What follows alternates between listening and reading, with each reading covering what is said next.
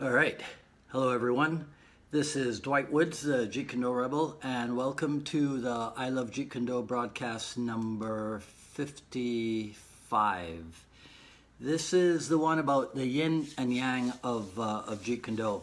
So as you're logging in, if you guys would be kind enough, hey, David Hines, hey, all right, that's a name from the past. Hi, Henry. So as you guys are logging in, if you'd be kind enough to say where you're logging in from and hit the like button and continue to hit the like button to give Facebook that algorithmic feedback. So you guys know that I like to give you the origin story for the title of the broadcast. So if you've been following me on the Jeet Kune Dialogues program, then my last 3 episodes you would have seen me talk to Chris Kent twice, and last week with Steve Grody.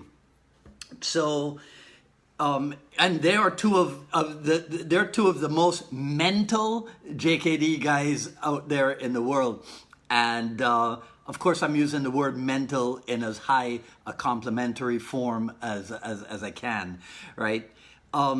So I don't know how it was for you, and we'll get, you know, as I talk to more and more of the JKD old timers, right? We'll get more information about it. But I don't know about you, but in the early days for me, I always marveled at the Jeet Kune conversations that Dan and Asano would hold court on, right? And so I started in seminars at California Martial Arts Academy, right?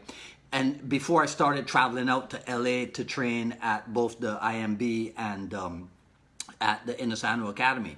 So that's why anyone that you talk to from, I mean, even today it still happens, but definitely anybody that you talk to from the old school JKD, then they can always regale you with stories about all of the talking that went on after class, right? And how, so you'll hear invariably, if I talk to somebody on the Jeet Kune Dialogues, you'll hear him tell the story about, oh yeah, you know, and then we'd go out to eat, and then Sifu Dan would say this, and then this would happen, and whatever. And to me, that is an example of the yin and yang of Jeet Kune, because again, for me, before Dan and Asano, there wasn't really discussion of martial art other than, you know, who in the Kung Fu films, right? So we had guys in Barbados who were more fans of a Chen Sing, and guys who were more fans of the Chen Quan Tai or Chi Quan Chung or whatever. And that was the limit of our discussion. Then there was also the thing about, well, my style is better than your style because we spar more and you guys do more kata. Right, so we're better fighters and you guys are better, you know, dancers or whatever. And then of course the other people would say, well, kata is the essence of the art, and we want to be more than just good fighters or whatever. So that was the limit of it, which was not really deep discussion about martial art. It was just like, my style's better than your style. So it wasn't until in Asano that, you know, you could sit down and he would relate things in one art to a second art, and then take that thing and relate it from outside of martial art and put it into everyday life, right? And to me, I found that fascinating. I mean, it's still fascinating now, but definitely as a young kid coming up from the islands and what have you, this was remarkable. The whole idea of being able to talk your martial art, as opposed to, you know, having to resort to the physical aspect of it, right? And also in my early days, my understanding was that yin and yang were opposites of each other, right? So women were the opposite of men, right? And kids were the opposite of adults, and you know, day was the opposite of night, and what have you. It wasn't really until Dan and Asano, and I logged it here, page of the Art and Philosophy book, right? Page 68 of the Art and Philosophy. That's where I came across the idea that the forces, the yin-yang forces, were not opposing, but that they were in fact complementary, right, of each other, and that there were interdependent forces that act continuously. So that's a huge change in mindset, right? For me. You guys might have been way more sophisticated than I was at that young age. So now I've just learned through Dan Inosanto that women are not the opposite of men, but they are actually our complement. And so it teaches you to accept the fact that you can't really do without women and vice versa, right? And so an understanding from Jeet Kune now can be applied to your interpersonal relationships. And I don't know about you, but I never got that from Shotokan Karate, right? I didn't, okay? So it says also on page 68, right? I got to read this because I wrote this down for you. A common mistake of most martial artists, and remember historical context, because the Art and Philosophy book, I think this copyright I have is 1980, but Cass Magda has told me it's actually about 4 years older than that. It was actually first written in about 1976 or something, right? But it says, a common mistake of most martial artists is to identify these two forces, yin and yang, as dualistic. This is the so-called soft style and the firm style. Yin-yang is the inseparate force of one unceasing interplay of movement. And of course, we can all remember when Bruce Lee was asked what's the difference between hard style and soft style, and he said not two, right? As in not two different things, there is no separation.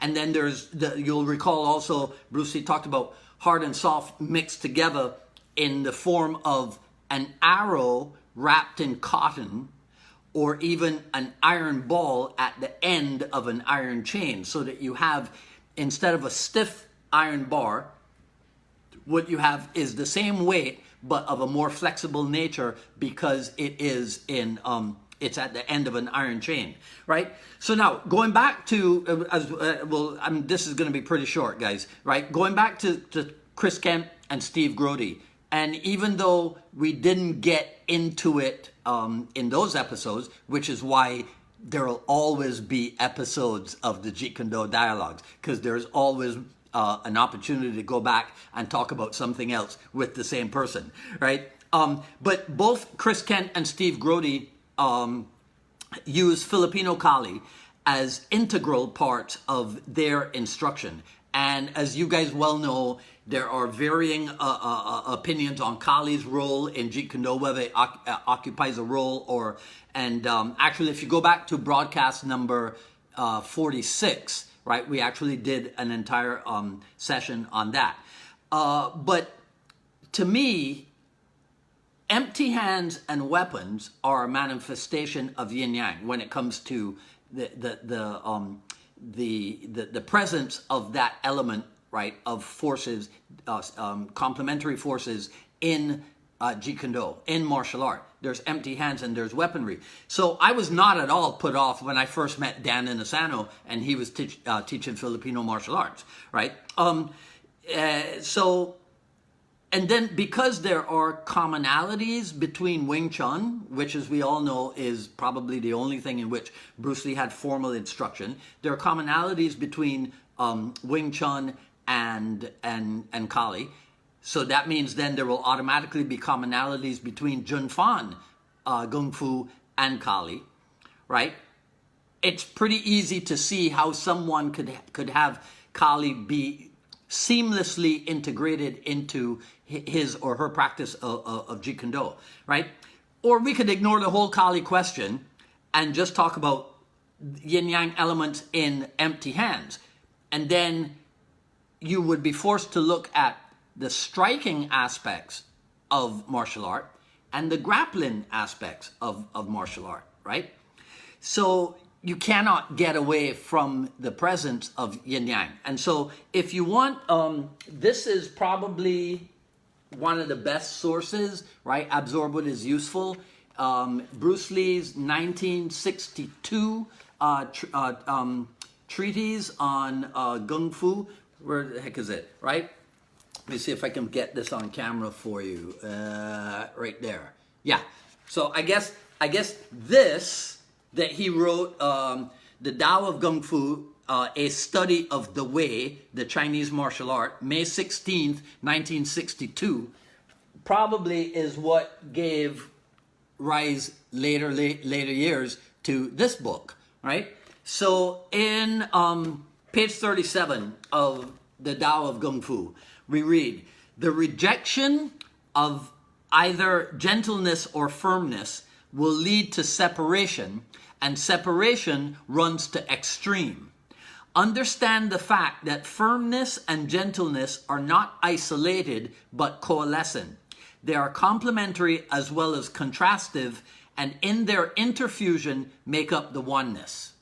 I don't know about you, but that's pretty cool sounding to me, right? What's even better is to arrive at a deep understanding of what they're talking about. That is why we love and train in the art of Jeet Kune, people, right? Okay, that's it. I told you this was going to be short. Hopefully it was sweet. That's it for today. So feel free, share, like, comment, ask questions. I'll review everything after posting. Also, sign up for notifications for when we go live on Facebook and when we post the new video on the YouTube channels. And at ilovejeetkundo.com, volume 1 of the Quick Skills series, and brand new at jkdrebel.com. Now, I published it. It's live. It's a live website. It is still a work in progress. So if you see things different if you go back to it, you know, that's why. But at live at jkdrebel.com, look around.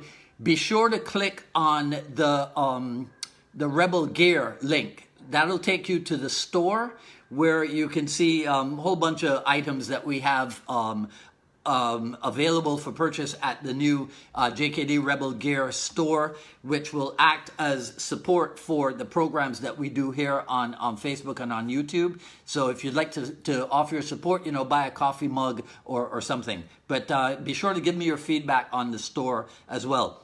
Coming up on Friday, we talked about mental guys, right? Mental guys like Chris Kent and Steve Grody. Well, I have a new for me, mental guy to introduce to you in the JKD world, and that is David Schrank of Empowerment Behavioral Therapeutic Services, right? I hope I don't mess that up on Friday when we talk about it.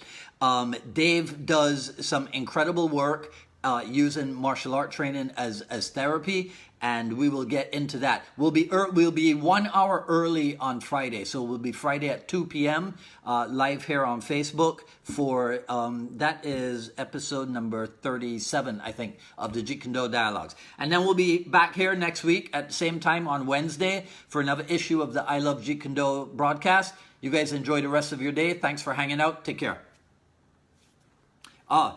Greg, remind me of the shirt. This is my one of my Inasano deals. Okay, you guys take care. I'll see you soon.